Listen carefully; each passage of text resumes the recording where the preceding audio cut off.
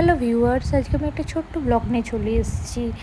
এটা ছিল সানডে, একটা জাস্ট সাডেন প্ল্যান ছিল ফুরফুরে শরীফ যাওয়া। তো যেই না মনে হয় অমনি বেরিয়ে পড়া। তো আমরা বেরিয়ে পড়েছি, সন্ধেই হয়ে গেছিলো। আমি আর আমার হাজব্যান্ড গিয়ে যাচ্ছিলাম। আর ঘুরতে কার না ভালো লাগে, আমরা এরকম মাঝে মাঝে সন্ধেবেলা বেরোই। দেখুন এখানে আমি পৌঁছে গেছি, এত সুন্দর লাগছিলো, মানে মনে হচ্ছিলো দূর থেকে যে তাজমহল। যদিও তাজমহল আরও সুন্দর। আর এখানে আমরা একটু ঘুরে ভিডিওটা নিলাম, ক্লিপটা, কারণ খুবই পরিষ্কার পরিচ্ছন্ন, খুব সুন্দর বসার জায়গা। ইভেন মানুষজনও যে এই সময়টায় ভিড় করে আছে এমন নয়, অল্পই লোকজন ছিল। আর এখানে আমার এই ফুরফুরা শরীফ বা বাজার সম্পর্কে আমার সেরকম বিশেষ জ্ঞান নেই, যতটুকু শোনা লোকমুখে অতটুকুই। আর আমাদের তোহা সিদ্দিকী সাহেবের বাড়ি এই যে দেখা যাচ্ছে পেছনে এই বড় বিল্ডিংটা, এখানেই উনি থাকেন।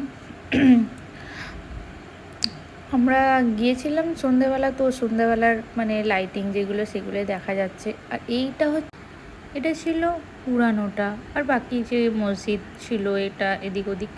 তো রাত হয়ে গেছিলো, আমরা বেশি মানে ঘোরার টাইম আমাদের হাতে ছিল না যদিও। এবার হাজব্যান্ড জামাতের সঙ্গে নামাজ পড়ার জন্য চলে এসেছিলো, 8:45 উজু করে নিচ্ছে। এবারে নামাজ পড়ার জন্য এই যে ঢুকে যাচ্ছে মসজিদে, আমি এখানে ওয়েট করছিলাম।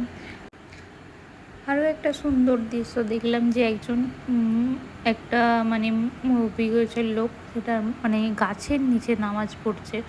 এটা দেখে খুব ভালো লাগলো, যদি এটা আমি দূর থেকে দেখিনি, বা আমি অন্য জায়গাটায় বসেছিলাম, আমার হাজব্যান্ড ডেকে দেখালো, তখন একটু ভিডিও ক্লিপ নিই, বেশ ভালো লাগে। ফুরফুরা শরীফ বললে যে নামটা প্রথমে কানে ভাসে, পীরজাদা তোহা সিদ্দিকী সাহেব, ওনার ভাবতেই পারিনি উনি সিম্পলি এত সামান্য চায়ের দোকানের হয়ে বসে থাকবেন। তো খুবই ভালো লাগলো।